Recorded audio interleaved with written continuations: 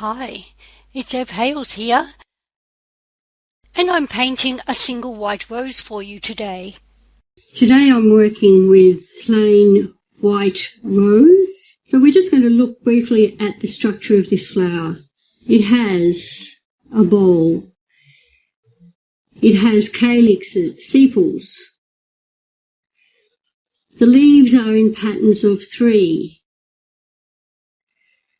And they come alternatively from different angles off the stem. If it's not 3 leaves, it will be 5 leaves or 7 leaves. And the last leaf is always the biggest leaf. This is a white flower, but there is very little actual white on it. And there's a warm yellow flavour to this flower. And so that is what I will start with here, just developing a shape. And the deeper shape here, which has a slight touch of green to it. And this looks all too dark at this point. If I have that essential shape before I start doing anything else, then I can just add details into that form. Without the form, a flower just becomes a collection of petals. Coming down into some of the foliage here, we decided that the foliage was a pattern of leaves. And I can use some of the foliage here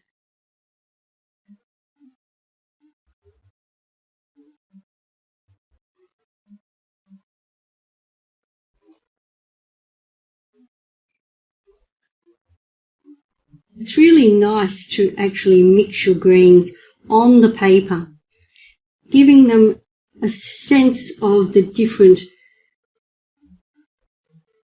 shades in the green by letting the colours mix, rather than if I mix up homogeneous green on my palette, then everything will have that same look to it.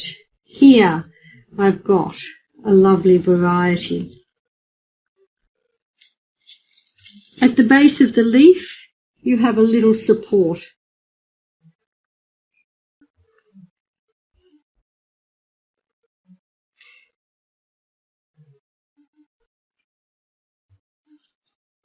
And these thorns have a red flavour to them.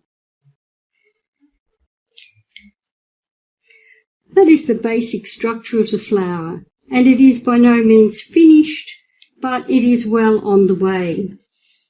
Rarely when I look at the leaves will they all be that flat-on pattern. There will often be one that is almost a straight line, or one that is folding over and curving. And so it's really nice to be able to create some of that variation as well when you paint. Look at that. Isn't that just delicious? Just pick the excess moisture off here.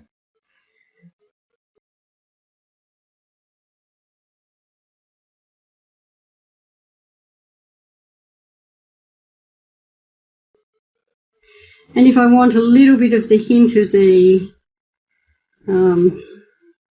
serrated edge, I can do that. Here's a classic one that could become one of these rollover leaves if I were wanting to do that.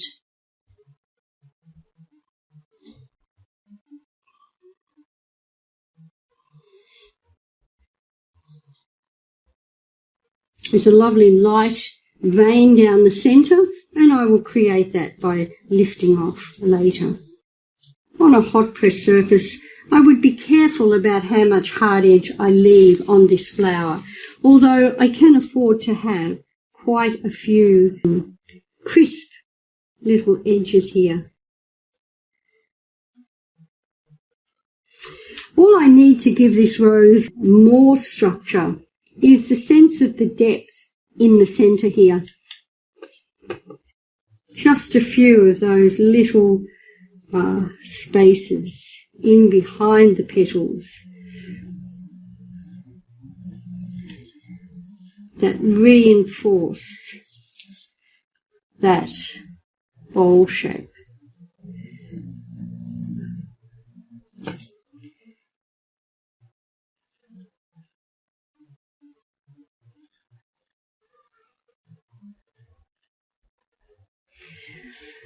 I would then let this dry and come in and add a few lift-offs to create the overlapping petals. And I would do these with just a clean, dry brush and just pulling back a few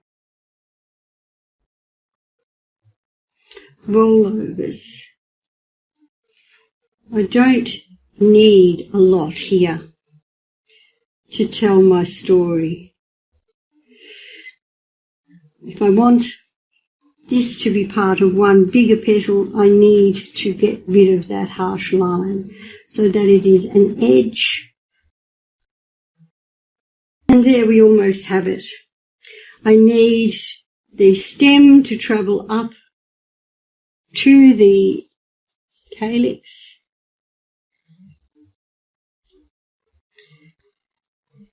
The rest of this flower will be painted with the background. This is now almost dry enough for me to lift the centre veins out, and I'm just showing you how I'm going to do that. Just with a clean, stiff brush, very little water in it, just run it through that paint, and there is my centre vein. But if I wanted to just tidy up the leaf, I could at this point just come and lift that colour actually completely away and reshape the leaf. If I've missed a little space in here between this leaf and this next one, it's at this point when the paint is dry that I can come back and refine those little areas in the painting.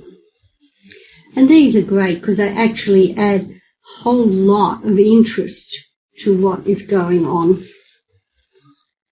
So the veins can be easily lifted. You don't have to resist those or in any way preempt where you're going to put them.